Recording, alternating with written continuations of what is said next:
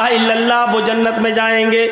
जिन्होंने ला इलाहा इल्लल्लाह के साथ नमाज पढ़ी, रोजा रखा, हज किया, ज़कात दी, यानी चारों काम किए, ये जन्नत में दाखिल होंगे। और तो तीसरी चीज, मन काना फी आखिरी कलाम ही ला इलाहा इल्लल्लाह दखलल जन्ना, और जिसकी जबान से आखिरी जुमला ला इलाहा इल्लल्लाह निकला वो जन्नत के अंदर दाखिल होगा। जो बदशगुनी नहीं करता होगा वो जन्नत के अंदर दाखिल होगा। बगैर हिसाब व किताब की जाने वालों में ये भी शामिल है। और जो अपने जिस्म को दगवाते नहीं होंगे, और जो झाड़ फूक नहीं कराते होंगे, और जो अपने रब के ऊपर पूरा का पूरा तवक्कुल और भरोसा और एतमाद करते होंगे, अल्लाह के अलावा उनका यह एतमाद किसी और के ऊपर नहीं गया होगा, ये बगैर हिसाब ये जन्नत में जाने वाले लोगों में से होंगे।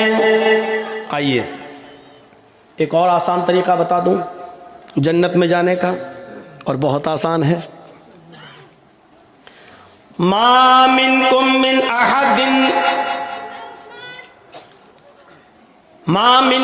अहदिन यतवज़्ज़उ फयुहसिनुल वुज़ू सुम्मा यक़ूल अशहदु अल्ला इलाहा इल्लल्लाह व अशहदु अन्ना मुहम्मदन अब्दुहु व रसूलुहु इल्ला फुतिहत लहु अब्वाबुल जन्नति समानियतु। तुम में से जिसने वुजू बनाया, लीजिए, तुम में से जिसने वुजू बनाया, फयुहसिनुल वुज़ू, और अच्छी तरीके से वुजू बनाया। एक तो होता वुजू बनाना और एक होता है अच्छी तरीके से वुजू बनाना। वुजू बनाना क्या है? जैसे बिहार में एक जगह हम जलसे में गए तो जो टोटियाँ लगी थी मस्जिद में, नल जो लगे हुए थे, वहाँ बैठ कर मैं वुजू बना रहा था। तो जमात खड़ी थी, बिहारी का एक आदमी बेचारा आया उसी गांव का, और मेरे पास आकर बैठ के वो भी वुजू बनाने लगा। और हमसे पूछता है कि मौलाना साहब हम कितनी रकात हो गई? हमने कहा शायद 2 हो गई, 2 बची हैं। 2 हो गई कि हाँ, अब देखिए उसकी वुजू की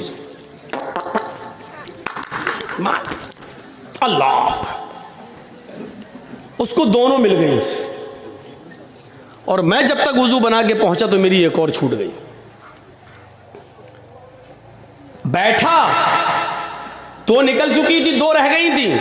पूछा कितनी मौलाना कितनी हो गई? हमने कहा 2 हो गई, शायद 2 रह गई। उसने इतनी जल्दी वुजू बनाया कि जो रह गई थी वो दोनों मिल गई। अब अल्लाह बेहतर जाने किसने वुजू बनाया कि क्या किया, ये वुजू नहीं है। कौन सा वुजू बनाने वाले को जन्नत मिल रही है? वुजू सीखिए क्या है। फयुहसिनुल वुज़ू, अच्छी तरीके से वुजू बनाना। अच्छी तरीके से वुजू क्या है? आप एक चुल्लू पानी लीजिए, जैसे नल पर बैठे तब भी, टोटी खोलिए, पानी लीजिए, टोटी बंद कर दीजिए, पानी ज़्यादा ज़ाय ना हो। 2 मुद पानी में अल्लाह के रसूल वुजू बना लेते थे। 4 मुद का 1 सा होता है, 4 मुद का 1 सा होता है, और 1 सा 2.5 किलो का होता है। कितने का? 2.5 किलो का, यानी 2.5 लीटर में का आधा करो तो कितना हुआ भाई? 2.5 किलो। ये 4 मुद है, 4 मुद का 1 सा, और 1 सा कितने का होता है? 2.5 किलो का। तो आधा सा यानी 4 में से 2 मुद, तो आधा सा यानी 2.5 किलो का आधा करिए तो कितना हुआ? सवा लीटर पानी में अल्लाह के रसूल वुजू बना लेते थे। सुन लीजिए, एक बाल्टी भरकर वुजू बनाने वालों, वुजू बनाने का सवाब तो मिलेगा, लेकिन 1 बाल्टी पानी जो खर्च कर दी इसका गुनाह भी पड़ेगा। तुम बचोगे नहीं। सोचिए,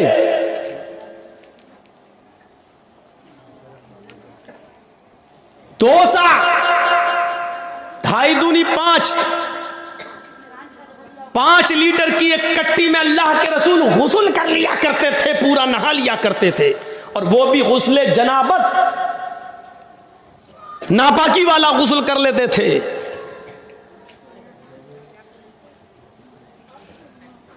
मौलाना साहब इतने में तो हमारे पैर भी नहीं धुलेंगे, गुस्ल खाने में जाते ही पहले हम टोटी खोल के अपना बाथरूम साफ करते हैं, उतना पानी तो हम गुस्ल खाने को साफ करने में लगा देते हैं।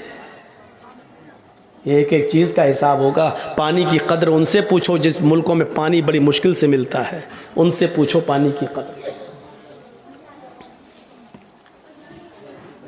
उनसे पूछो। और राजस्थान के इलाके में जहाँ गर्मी बहुत पड़ती है और रेगिस्तानी इलाका है, उन लोगों से पूछो।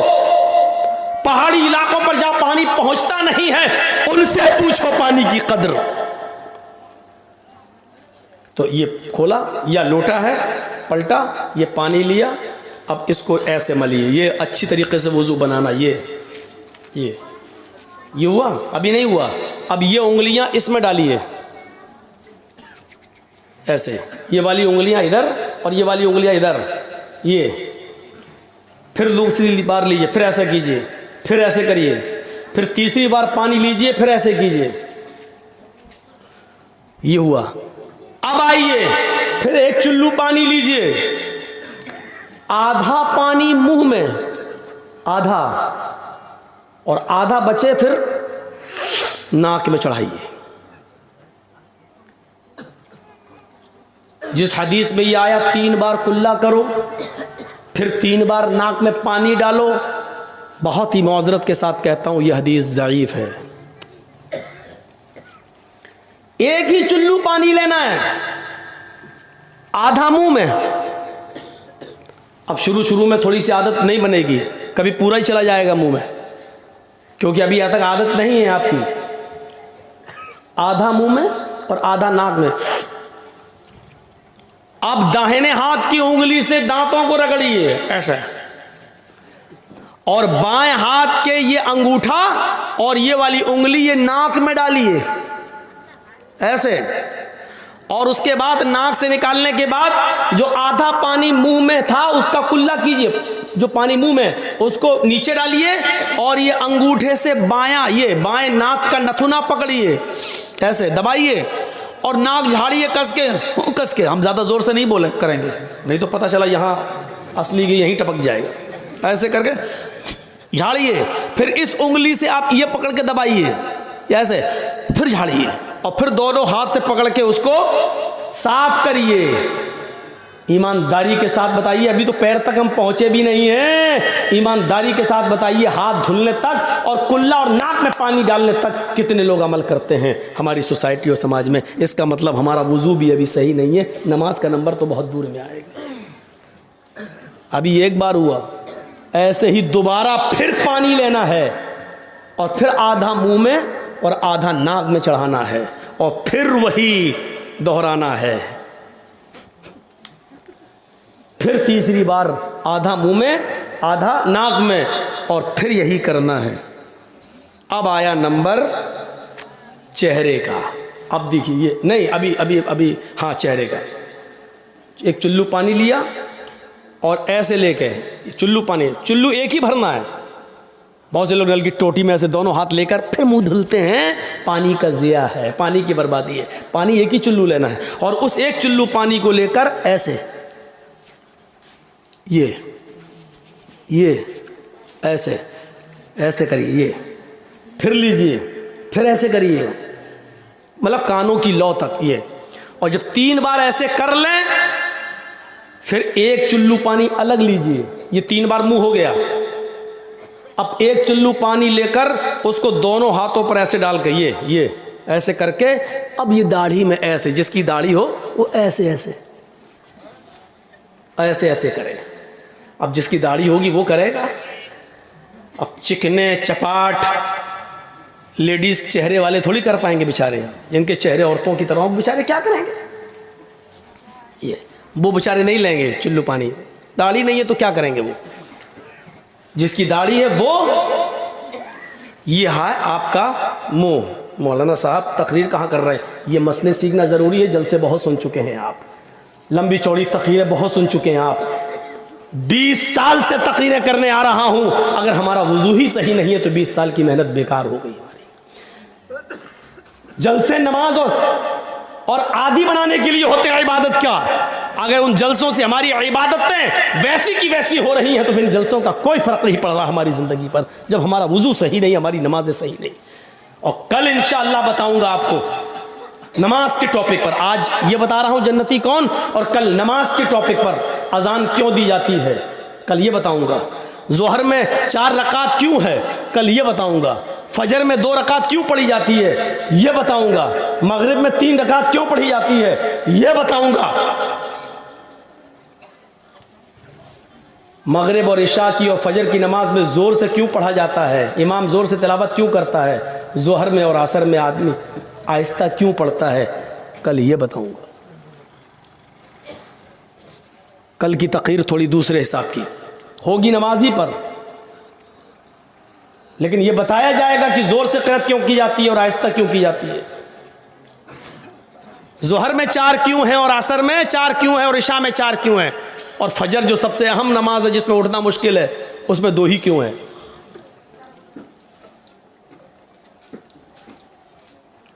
तो ये वुजू अभी अब 3 बार चेहरा हो गया, अब ये हाथ ऐसे बुल लीजिए, 1 चुल्लू पानी बस, और इसी को आप चढ़ा लीजिए। बहुत से लोग कहते हैं ऐसे करोगे तो गुनाह ऊपर चढ़ जाएंगे। अल्लाह के बंदे, अपनी अकल से मत दौड़ाओ सारी खुराफातें।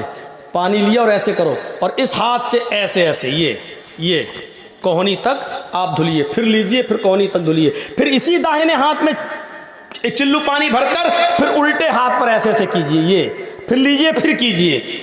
और उसके बाद में एक बार पानी लिया चुल्लू में, 1 ही चुल्लू पानी, फिर लेकर फिर आपको ऐसे करके ये ऐसे करके ये करना है। सुनिए, मसा यहाँ तक लाइए जहाँ पर सर पर तकिया रखते हैं आप, ये यहाँ तक, जिसको हम लोग गुद्दी बोलते हैं, यहाँ तक लाइए हाथ, बिल्कुल ऐसे ही। और इसको पूरी तरीके से, बहुत से लोग क्या करते हैं जो हिप्पी कट बाल रखते हैं, जो शाहरुख खान बने हुए हैं, अरे हम क्या इनके नाम लें, जो हिजड़े बने हुए हैं, ये कहूँ ये ज़्यादा बेहतर है। हम तो ये जुमला इस्तेमाल करेंगे, जिसको बुरा लगता हो वो लगे और कल ना आए। जो आजकल बिल्कुल लंबे लंबे बाल रखकर वो बने हुए हैं, हिप्पी कट, हिजड़े कट, ये कुछ बाल देखें ना आप कैसे कट रहे हैं। यहाँ से बिल्कुल मशीन चल रही है, यहाँ से चल रही है, यहाँ पर देख रहे हैं जैसे टिल्लू पंप रख दिया गया हो, यहाँ से टकला, यहाँ से टकला, यहाँ से टकला, बाल यहाँ पर हैं। कसम खुदा की ऐसा लगता है ये बाल कौन से हैं, इसको हम कहते हैं सुअर कट बाल, सुअर कट बाल है ये लोग रख रहे हैं आज।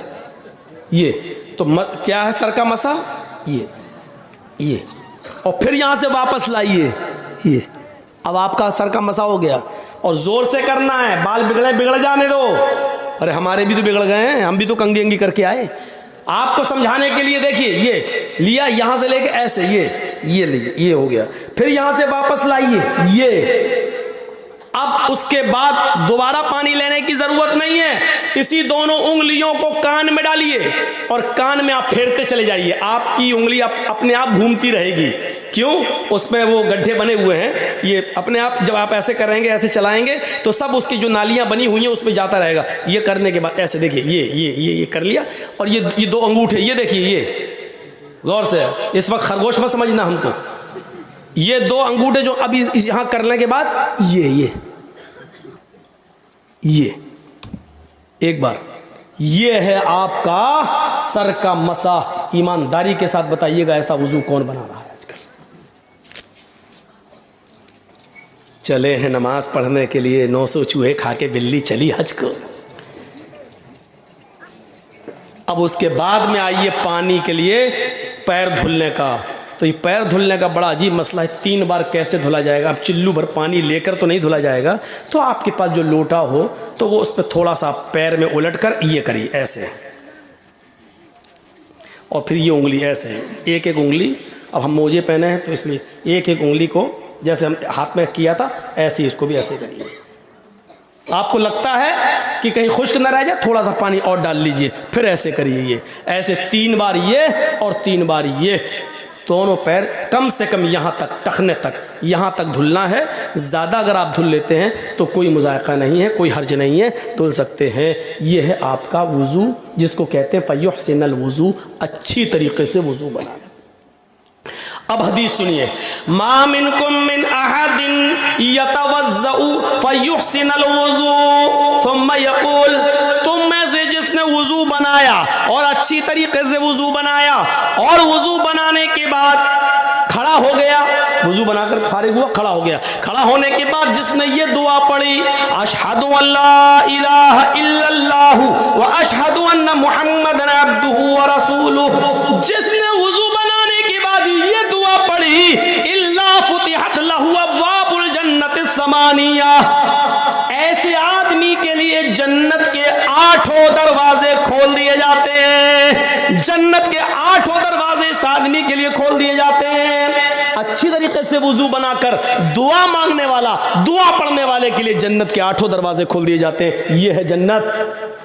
मोबाइल में 2 GB खर्च करके जहन्नम कमा रहे हो, पैसा खर्च कर करके वो जहन्नम ले लेते हो, लेकिन जन्नत फ्री में मिल रही, हम लेने के लिए तैयार नहीं।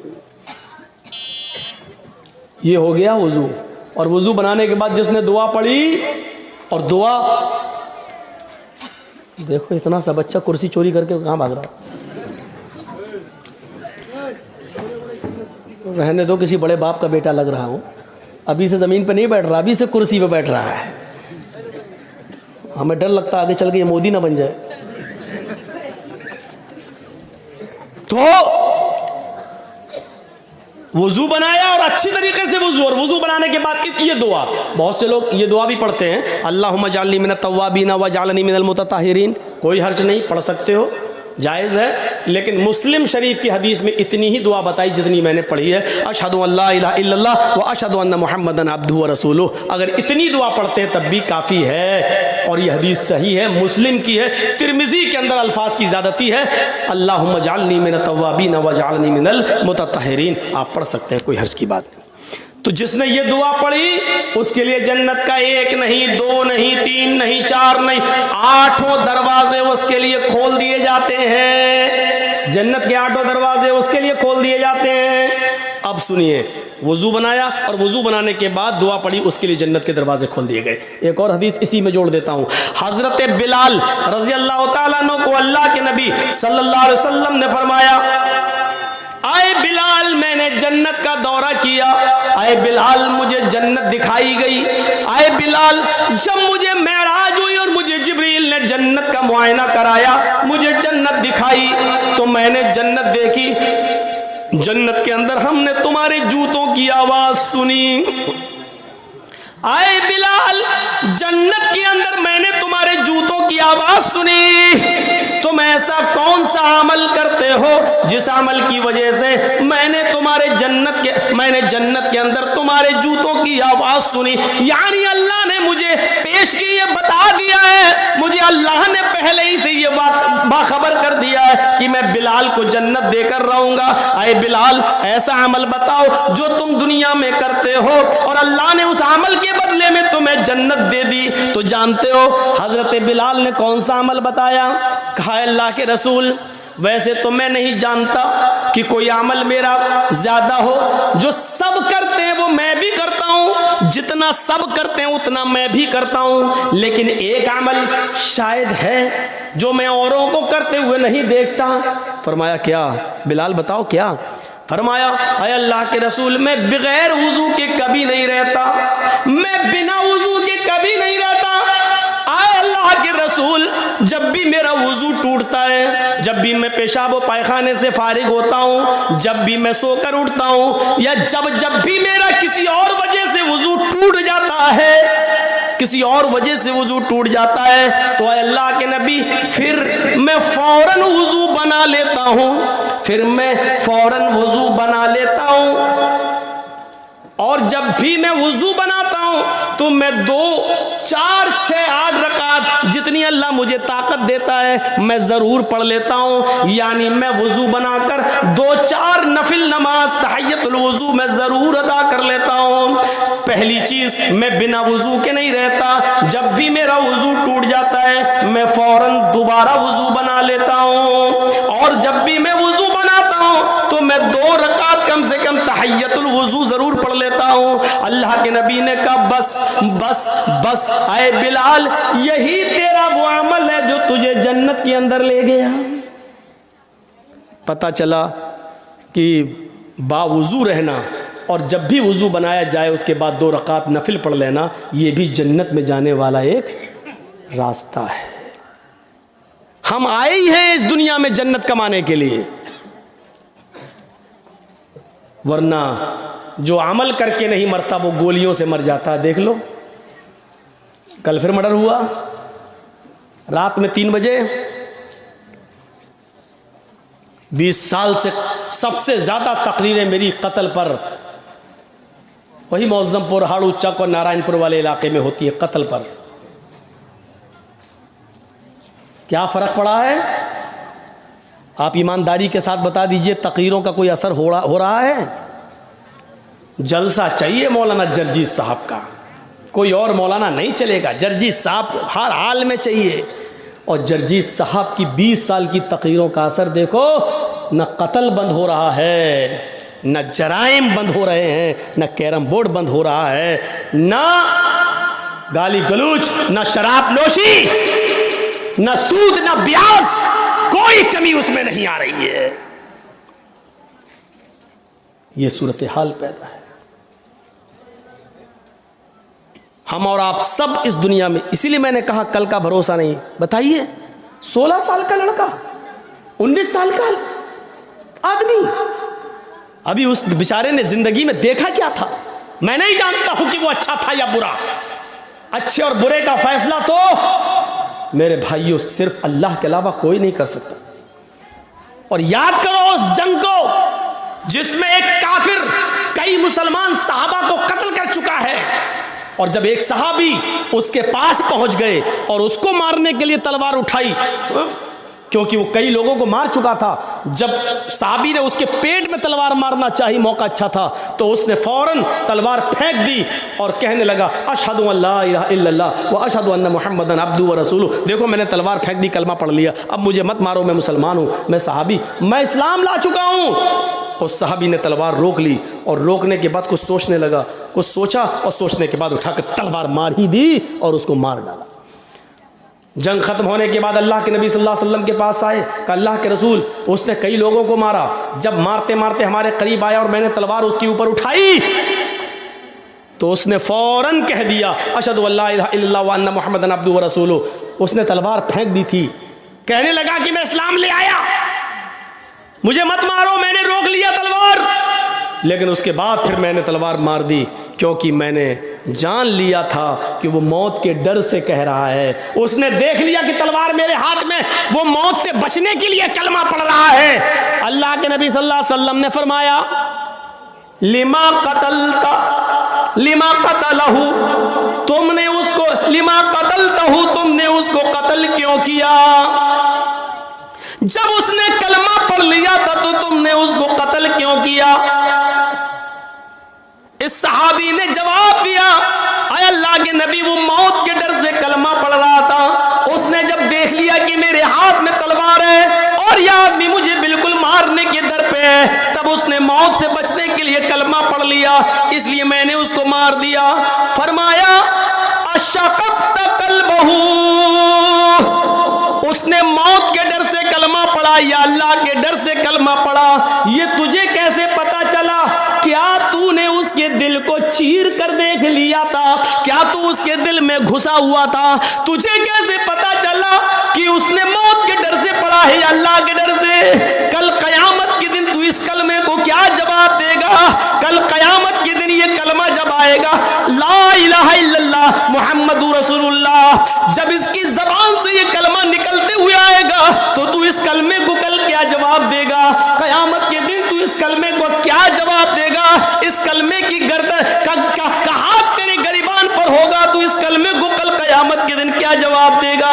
मेरे भाइयों, इस हदीस से पता चलता है कि किसी भी कलमा गो मुसलमान को मारना, किसी मुसलमान को कत्ल करना कितना बड़ा जुर्म है। उस कयामत के दिन जिस आदमी को कत्ल किया गया है, मकतूल जिसको कत्ल किया गया है, कयामत के दिन अपने कातिल को ढूंढेगा, इधर उधर पूरे मैदाने महशर में ढूंढता फिरेगा। जब कातिल उसको नजर आ जाएगा तो ये उसके सर के बाल पकड़कर उसको खींचते हुए लाएगा उठाएगा और सीधे लाकर अल्लाह रब्बुल आलमीन के सामने लाकर खड़ा कर देगा। अल्लाह पूछेगा मेरे बंदे ये क्या है? वो कहेगा आय अल्लाह ये मेरा, इसको मैं खींच कर तेरे सरबार में लाया हूं। आए मेरे परवरदिगार, आय अल्लाह सल हाजा लिमा कतलनी, आज तू इससे सवाल करके इसने दुनिया में मुझे क्यों मारा था? आज इससे तू सवाल कर इसने दुनिया में मुझे क्यों कत्ल किया था? आज इससे तू पूछ इसने दुनिया में मुझे क्यों कत्ल किया था? मुझे कत्ल करने के बाद मेरी बीवी को बेवा किया था, मेरे बच्चों को यतीम किया था। इससे पूछ के मेरी बीवी का क्या कसूर था जो तूने उसको बेवा कर दिया? इससे पूछ के मेरे बच्चों का क्या कसूर था कि तूने उसको यतीम कर दिया? इससे पूछ कि मेरी बाप का, मेरी माँ का क्या कसूर था कि तूने उससे उसकी औलाद छीन ली? वो रोते रहे। पूछ इससे, आय अल्लाह ये मेरे सवाल का जवाब नहीं देगा, आज तेरे सवाल का जवाब देगा। सल हाज़ा लिमा क़तलनी, इससे पूछ कि इसने दुनिया में मुझे क्यों मारा था, इसने दुनिया में मुझे क्यों कत्ल किया था। इस हदीस के होते हुए कितना बड़ा दिल और कितना बड़ा कलेजा है कातिलों का, ये सोचकर कि एक दिन उनको भी मरना है, ये सोचकर उनके दिल क्यों नहीं कांप जाते? ऐसे नहीं मरेगा तो आदमी ऐसे मरेगा, मरना है। हाँ यही वो अमल है जिसने तुम्हें जन्नत के करीब कर दिया है, बावुजू रहना। और जब भी वुजू टूटता, और याद रखिएगा वुजू उन्हीं चीज़ों से टूटता है जिन चीज़ों को अल्लाह के रसूल ने बयान कर दिया है। मा अखरजा मिनस सबीलैन, पेशाब और पायखाने के रास्ते से किसी भी चीज़ के निकलने से वुजू टूट जाता है। पेशाब करने से भी वुजू टूट जाता है, लेटरिन करने से भी वुजू टूट जाता है, हवा के खारिज हो जाने से वुजू टूट जाता है। इसी तरीके से गहरी नींद सो जाने से, सोकर उठने से वुजू टूट जाता है। इसी तरीके से कै आ जाए, उल्टी आ जाए, उससे वुजू टूट जाता है। इसी तरीके से आपकी नाक के नक्सीर फूट जाए तो उससे वुजू टूट जाता है। इसके अलावा और चीज़ों से वुजू नहीं टूटता, अगरचे वो गुनाह ही क्यों ना हो। मसलन कोई पूछता है कि मौलाना साहब मैं वुज़ू बना के आया लेकिन नमाज खड़ी होने में थोड़ा टाइम है, अगर वुज़ू की हालत में बीड़ी पी लूँ तो वुज़ू टूट जाएगा या नहीं टूटेगा? तो सुन लो, बीड़ी पीने से वुज़ू नहीं टूटता है, सिगरेट पीने से वुज़ू नहीं टूटता है, लेकिन बीड़ी और सिगरेट के पीने का गुनाह आपको पड़ेगा। और बात खुलकर कह दूं, शराब पीने से भी वुजू नहीं टूटेगा। हाँ, शराब पीने के बाद नशा इतना आया कि आपको होश ही नहीं है, तब आपका वुजू टूट जाएगा, क्योंकि अब आपको होश नहीं है। वुजू आपका तब टूटेगा, लेकिन शराब पीने से वुजू नहीं टूटेगा, लेकिन शराब पीने का गुनाह पड़ेगा। इससे भी ज़्यादा खुल के कह दूं, माँ बहन की गालियाँ जो लोग दे देते हैं वुज़ू की हालत में, गाली देने से भी वुज़ू नहीं टूटेगा, क्योंकि शरीयत ने वुज़ू टूटने की जो शराइत बताई हैं उनमें गाली देना शामिल नहीं है। गाली देने से भी वुज़ू नहीं टूटेगा, लेकिन गाली देने का गुनाह पड़ेगा। हाँ, ऊँट का गोश्त खाने से वुज़ू टूट जाएगा। सारी कोई भी चीज़ खाइए, किसी भी चीज़ के खाने से वुज़ू नहीं टूटेगा, लेकिन ऊँट का गोश्त खाने से वुज़ू टूट जाएगा। यह हदीस है। क्यों टूटेगा मसलहत नहीं मालूम है, लेकिन बाज़ उलमा ने लिखा है, शारहीन हदीस ने लिखा है, चूँकि ऊँट बहुत गर्म होता है और गर्म चीज़ खाने के बाद उसकी गर्मी को ख़त्म करने के लिए पानी की ज़रूरत पड़ती है, इसलिए वुज़ू बताया है। लेकिन ये मसलहत ऐसे ही लोगों ने बता दी है, इसकी कोई दलील नहीं है। जहाँ तक मेरा अपना इल्मी नाक़िस इल्म का तकाज़ा है, मैं कह सकता हूँ कि वुज़ू के टूटने की शायद ये वजह हो सकती है कि ऊँटों के ऊपर जिन्नात का साया ज़्यादा होता है। ऊँट के ऊपर अक्सर जिन्नात का साया ज़्यादा होता है, और जिन्नात आग से पैदा होते हैं, इसलिए आग को बुझाने के लिए पानी की ज़रूरत पड़ती है। इसलिए ऊँट को खाकर, उसका गोश्त खाकर कहीं ऊँट के ऊपर जो सवार जिन्नात, उसका असर आपके ऊपर ना आ जाए, इसलिए उस जिन्नात के असर को ख़त्म करने के लिए वुज़ू की ज़रूरत है। वुज़ू बना लेंगे तो असर ख़त्म हो जाएगा, शायद इसलिए वुज़ू बताया हो। लेकिन वजह कुछ भी हो, सच ये है कि ऊँट का गोश्त खाने से वुज़ू टूट जाता है। हमें वज़ू बनाना है ऊँट का गोश्त खाकर। मसलन हम बावुज़ू हैं, किसी ने ऊँट का गोश्त दे दिया, हमने खा लिया, अब हमारा वज़ू नहीं रहा, अब हमें नमाज पढ़ना है तो वज़ू बनाना पड़ेगा। मसलहत कुछ भी हो, हमें ये हुक्म मानना है क्योंकि जनाब मोहम्मद रसूलुल्लाह सल्लल्लाहु अलैहि वसल्लम ने फरमाया है। तो ये मुर्गी खाइए, बकरी खाइए, गाय खाइए, भैंस खाइए, जितने हलाल जानवर खाइए, बावुज़ू है, आपका वज़ू नहीं टूटेगा। लेकिन ऊँट का गोश्त खाएंगे उसके बाद वज़ू आपका टूट जाएगा। और चीज़ों से वज़ू नहीं टूटेगा। गाली आप दे रहे हैं, नहीं टूटेगा वज़ू, लेकिन हाँ गाली देने का गुनाह पड़ेगा। अब सवाल ये कि हमने किसी को गाली दी, तेरी माँ का तेरी, अब गाली देने के बाद वज़ू है ही, अब हम नमाज़ पढ़ने जाएं, हाँ जा सकते हो। मौलाना साहब गाली दी तो अब क्या करोगे? गाली दी तो दोबारा वज़ू बनाओगे? गाली देने से वज़ू थोड़ी टूटा, वो तो गुनाह तेरा लिख गया है। बाएं हाथ के कांधे पर जो फरिश्ता है उसने लिख लिया तेरा गुनाह। अब तुम जाओ अल्लाहु अकबर कहो, नमाज पढ़ो, अब उसमें दुआ तो आएगी, औज़ु बिल्लाहि मिनश शैतानिर रजीम बिस्मिल्लाहिर रहमानिर रहीम। भाई सुभानक अल्लाहुम्मा पढ़ोगे तो उसमें पढ़ोगे ना, वला इलाहा गैरुक औज़ु बिल्लाहि मिनश शैतानिर रजीम बिस्मिल्लाहिर रहमानिर रहीम अल्हम्दुलिल्लाहि रब्बिल आलमीन अर्रहमानिर रहीम। अल्लाहुम्मा बाइद पढ़ोगे तब भी अल्लाहुम्मा बाइद बैनी व बैन खताया कमा बाअदता बैनल मशरिक़ि वल मग़रिब अल्लाहुम्मा नक़्क़िनी मिनल खताया कमा युनक़्क़ा थौबुल अबयज़ मिनद दन्स। ये पूरी दुआ पढ़ोगे, उसके बाद पढ़ोगे औज़ु बिल्लाहि मिनश शैतानिर रजीम बिस्मिल्लाहिर रहमानिर रहीम। जहाँ आपने गाली दी, औज़ु बिल्लाहि मिनश शैतानिर रजीम पढ़ने के बाद आपने उस असर को ख़त्म कर दिया, लेकिन गाली देने का गुनाह आपको पड़ेगा। तो मेरे भाइयों इस बात को याद रखिएगा, मसले हैं ये छोटे छोटे, इनको अपने जहन में रखिएगा। हर हराम चीज नापाक नहीं होती है, मसला याद रखिएगा। हर हराम चीज नापाक नहीं होती है।